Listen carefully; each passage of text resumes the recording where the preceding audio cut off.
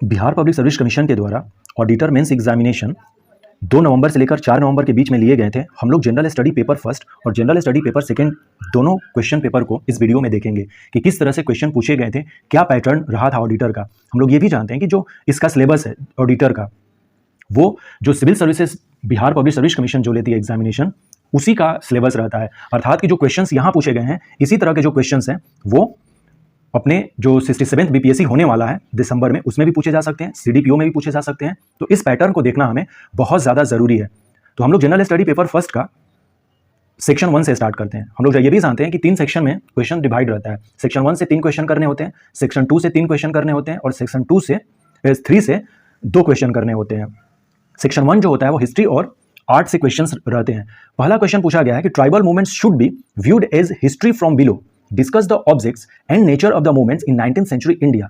कोई ज़्यादा tough question नहीं है, काफ़ी इंटरेस्टिंग और इन्फॉर्मेटिव क्वेश्चन ये माना जाएगा कि इसमें जो ये वर्ड जोड़ा है हिस्ट्री फ्रॉम बिलो, यानी कि नीचे से उभरते इतिहास।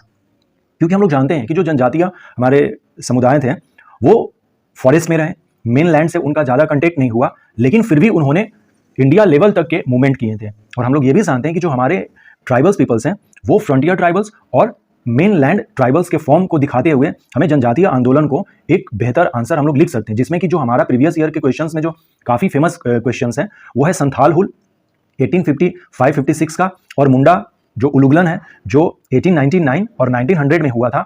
इन दोनों को एग्जाम्पल देते हुए हमें जनजातीय आंदोलन को नीचे से उभरते इतिहास के रूप में देखना चाहिए और इसका आंसर लिखना चाहिए। पहला क्वेश्चन ट्राइबल मूवमेंट से था।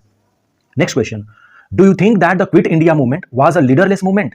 Throw light on the progress of this movement in Bihar. ये कई बार क्वेश्चन क्विट इंडिया से आ चुका है। हम लोग ये भी जानते हैं कि लीडरलेस मूवमेंट नहीं था, ऐसा भी हम नहीं कर सकते हैं कि लीडरलेस मूवमेंट था। बहुत सारे जो लीडर्स थे, जो रीजनल लीडर्स थे, वो नेशनल लीडर्स बन गए थे, जिसमें कि जयप्रकाश नारायण, राम मनोहर लोहिया जी, ये सब लीडर्स आते हैं। वीमेंस भी इसमें काफ़ी पार्टिसिपेट की थी, वो अरुणा असफ अली हो या अदर जो भी वीमेंस हो।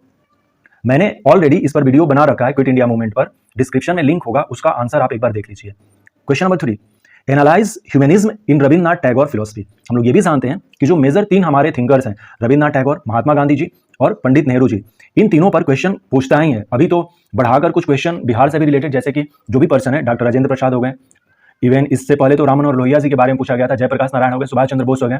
तो हो सकता है कि डॉक्टर भीमराव अंबेडकर पर भी क्वेश्चन पूछा जाए, तो इसके लिए हमें तैयार रहना चाहिए। तो ये भी एक काफ़ी इंपॉर्टेंट क्वेश्चन है, प्रीवियस ईयर के क्वेश्चन है ये। Discuss the main feature of Mauryan art, काफ़ी फेमस क्वेश्चन है, आना था, यहाँ पर आया है। तो ये 4 क्वेश्चन थे आर्ट और हिस्ट्री से, इसमें से 3 क्वेश्चन अटेम्प्ट कर रहे थे सेक्शन 1 के। नाउ सेक्शन 2 जो है ये करंट अफेयर के क्वेश्चन रहते हैं और टोटल ये हर एक क्वेश्चन जो है 38 मार्क्स का होता है। सेक्शन 2 का जो फर्स्ट क्वेश्चन है, question number 5, what do you mean by Indo Pacific economic framework, how is it beneficial in developing economic cooperation in the region? हिंद प्रशांत आर्थिक फ्रेमवर्क से आपका क्या अभिप्राय है, यह किस प्रकार इस क्षेत्र में आर्थिक सहयोग विकसित करने में लाभकारी है? काफी इंपॉर्टेंट क्वेश्चन था ये भी। Question number 6, what is cold chain system, how can India strengthen it's health care infrastructure with robust use of this system? Cold chain प्रणाली से आपका क्या अभिप्राय है, इस प्रणाली के अत्यधिक प्रयोग से भारत किस प्रकार अपने स्वास्थ्य देखरेख के ढांचे को सशक्त कर सकता है? कोई भी क्वेश्चन जो आता है ना, सबसे पहले उसका एक कॉन्सेप्ट होता है और उस कॉन्सेप्ट को जानने के बाद हम अपने बेनिफिट के लिए, ह्यूमन डेवलपमेंट के लिए, सोसाइटी डेवलपमेंट के लिए उसका बेनिफिट क्या है, यही 2 पार्ट में मेनली क्वेश्चन डिवाइड रहता है। जैसे कि यहाँ पर भी क्वेश्चन जो है कोल्ड चेन जो है, सबसे पहले हमें कोल्ड चेन का कॉन्सेप्ट बताना है कि आखिर है ये क्या, इससे हम क्या समझते हैं, और फाइनली इसका हम यूज जो है अपने हेल्थ केयर इंफ्रास्ट्रक्चर में कैसे कर सकते हैं। इवन कोल्ड चेन का अदर सिस्टम में भी यूज है, लेकिन यहाँ पर पर्टिकुलर कहा गया है कि हेल्थ केयर इंफ्रास्ट्रक्चर में बताइए। तो इसी तरह से हमें अपने आंसर को तैयार करना होगा करंट अफेयर का जो भी क्वेश्चन है। Question number 7, what is short term and long term effects of Russia-Ukraine war on India's import-export system, suggest some alternative strategies to compensate such loss? रूस यूक्रेन युद्ध के भारतीय आयात निर्यात व्यवस्था पर पड़ने वाले वर्तमान एवं दूरगामी प्रभाव का वर्णन कीजिए। आने ही वाला क्वेश्चन था, आया है करंट अफेयर में। Next question number 8, what is carbon farming, how can this change the agricultural pattern with service climate change process? Same pattern पर क्वेश्चन पूछा गया है कि सबसे पहले हमें कार्बन कृषि का अभिप्राय, यानी कि इसका कॉन्सेप्ट क्या है, इससे हम समझते क्या है, डिटेल्स में बताना है, और फाइनली कि इसका बेनिफिट क्या है, ये कैसे हेल्प करेगा जलवायु परिवर्तन में जो बदलती कृषि प्रणाली है उसको मदद करने में। इवन जब भी हम एग्रीकल्चर के बारे में हम लोग पढ़ेंगे तो उसमें क्लाइमेट चेंज का जरूर जिक्र करना ही है, जनरल क्वेश्चन में भी, कि किस तरह से एग्रीकल्चर जो है आज हमारे क्लाइमेट को इंपैक्ट करता है और उस इंपैक्ट को कम करने में कैसे हम अदर क्रॉप्स को प्रोड्यूस करके कर सकते हैं। इस तरह से कुछ इसका आंसर हम लोग करेंगे। Question number 9. Critically examine how India can contribute towards the realization of high quality partnership of 14th BRICS Summit 2022 with the simultaneous active role in Quad activists against China. 2022 का जो सबमिट है BRICS का वो China में हुआ था और 2021 का जो सबमिट है वो इंडिया में हुआ था। 2023 का जो सबमिट है वो साउथ अफ्रीका में होगा, क्योंकि ये जो मीटिंग होती है या सबमिट जो है वो इस तरह से बढ़ती है BRICS। 2022 में चाइना में था, तो इसके बाद साउथ अफ्रीका, फिर ब्राजील, रशिया, इंडिया, चाइना, इसी तरह से ये घूमते रहते हैं इसके सबमिट को। तो उसी के बारे में लिखना है, क्योंकि हम लोग जानते हैं कि क्वाड में जो है वो चाइना नहीं है, जबकि ब्रिक्स का जो है मेंबर है चाइना और इंडिया दोनों। और क्वाड हमने इसीलिए फॉर्म किया है USA, जापान और ऑस्ट्रेलिया और इंडिया मिलकर कि चाइना को काउंटर किया जा सके। तो इसी के बारे में डिटेल्स में लिखना था। नेक्स्ट क्वेश्चन जो है वो DI से रिलेटेड है। अपने सेक्शन 3 जो है 4 क्वेश्चन दिए रहते हैं DI के, जिसमें से कि हमें 2 क्वेश्चन अटेम्प्ट करने हैं। ऑलरेडी मैंने क्वेश्चन नंबर 10 का, जो यहाँ पे क्वेश्चन नंबर 10 है पाई डायग्राम से रिलेटेड, मैंने इसका सोल्यूशन कर दिया है और वीडियो भी अपलोड हो चुका है। तो ये मैं स्क्रॉल कर दे रहा हूँ। ऑलरेडी जो भी है इसमें जो DI के क्वेश्चन है उसका सोल्यूशन बहुत जल्द इस चैनल पे मैं अपलोड कर दूंगा एक एक करके। तो ये क्वेश्चन नंबर 10 का सोल्यूशन है, इसका वीडियो लिंक में दे दूंगा डिस्क्रिप्शन में, आप इसको देख सकते हैं। तो ये इस तरह के क्वेश्चन थे DI के, ज़्यादा टफ भी नहीं थे। तब हम लोग जनरल स्टडी पेपर सेकंड का देखते हैं। सेकंड पेपर में भी 3 सेक्शन होते हैं, सेक्शन 1, सेक्शन 2 और सेक्शन 3। सेम इंस्ट्रक्शंस वही है। सेक्शन 1 से हमें 3 क्वेश्चन अटेम्प्ट करने होते हैं, सेक्शन 2 से 3 क्वेश्चन और सेक्शन 3 से 2 क्वेश्चन अटेम्प्ट करने होते हैं। यहाँ जो जनरल स्टडी पेपर सेकंड का जो सेक्शन 1 होता है ये पॉलिटी से रिलेटेड क्वेश्चन होते हैं। तो पहला जो क्वेश्चन दिया गया था इसमें कि are fundamental rights and directive principles of state policy complementary and supplementary to each other, give reasons in support of your answer. क्या मौलिक अधिकार एवं राज्य के नीति निर्देशक सिद्धांत एक दूसरे के सहायक तथा पूरक है? अपने उत्तर के पक्ष में तर्क दीजिए। इसमें मेजोरिटी ऑफ जो चीजें हैं ना वो यस में होंगी। यस फंडामेंटल राइट्स के पूरक ही हैं DPSP, ऐसा नहीं है कि अलग है ये।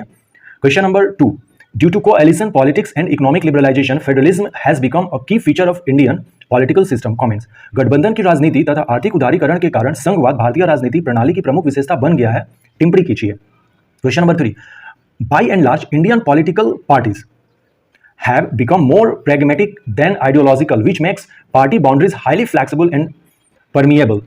Comments, मुख्यतः भारतीय राजनीतिक दल विचारधारावादी की बजाय अधिक यथार्थवादी हो गए हैं, जिससे दलों की सीमाएं अति लचीली एवं प्रवेश योग्य हो गई हैं, टिप्पणी कीजिए। नेक्स्ट क्वेश्चन नंबर 4 जो है उसमें पूछा गया कास्ट पॉलिटिक्स से रिलेटेड क्वेश्चंस है। Caste politics has acquired dominating and enduring modes of politics in India. Explain this phenomena with special reference to contemporary political developments in Bihar. जातीय राजनीतिक ने भारतीय राजनीतिक में एक वर्चस्व एवं निरंतरता की स्थिति प्राप्त कर ली है।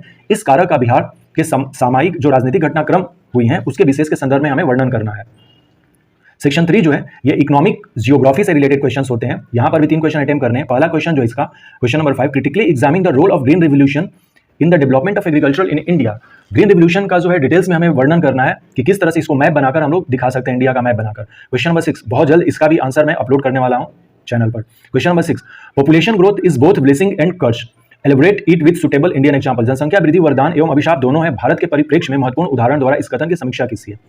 नेक्स्ट क्वेश्चन नंबर 7 जो है इसमें पूछा गया है कि give a geographical account of sugar cane cultivation in Bihar and highlights its future prospects in state. Bihar में गन्ने की खेती की भौगोलिक मूल्यांकन करना है। हम लोग जानते हैं कि सर ये अपना बिहार का कुछ इस तरह का मैप है। तो मेन जो है गन्ना उत्पादन ये राज्य है। वेस्ट चंपारण गोपालगंज में सबसे ज्यादा गन्ना होते हैं और गन्ना मिल यहीं पर है। तो इसी लोकेशन को दिखाते हुए हमें इसका डिटेल्स में आंसर करना है विद मैप के साथ। Question number 8, give a geographical distribution of tribal population in India and examine the problems common to all them and way of their solution. Bharat में जनजाति के भौगोलिक वितरण का विवरण दीजिए तथा उनकी सर्वनिष्ठ समस्याएं एवं उनके समाधान के उपायों का परीक्षण कीजिए। सेक्शन 3 जो होता है ये साइंस एंड टेक्नोलॉजी के क्वेश्चंस होते हैं। तो पहला क्वेश्चन हम लोग देखते हैं साइंस एंड टेक्नोलॉजी का।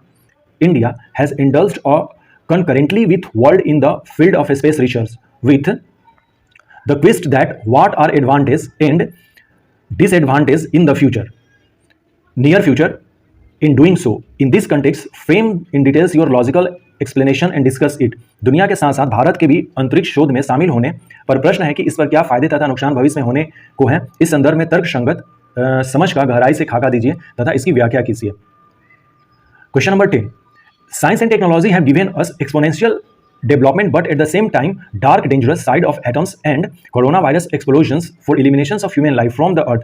Reconcile the role of science and technology for this opposite phase in details.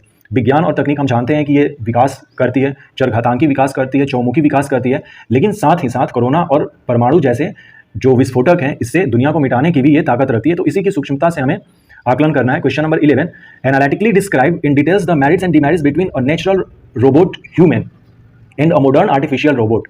इसमें दो रोबोट की बात की गई है कि एक ह्यूमन जो है जिसे हम नेचुरल रोबोट कर रहे हैं और एक जो रोबोट जो आर्टिफिशियल रोबोट है, इन दोनों को हमें इनकी दोनों की प्रवृत्ति यानी कि प्रकृति हमें इसमें ये करनी है, डिस्क्राइब करनी थी। Question number 12, at national and international level what has been the contribution of Bihar brain in the field of science and technology, give your complete input from the last century to the present time with pronounced example.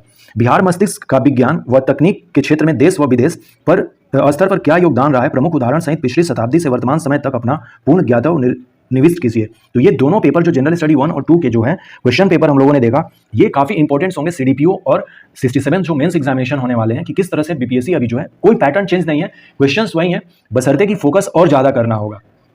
आशा करते हैं कि आपको ये video काफी informative लगी होगी। So thanks and take care.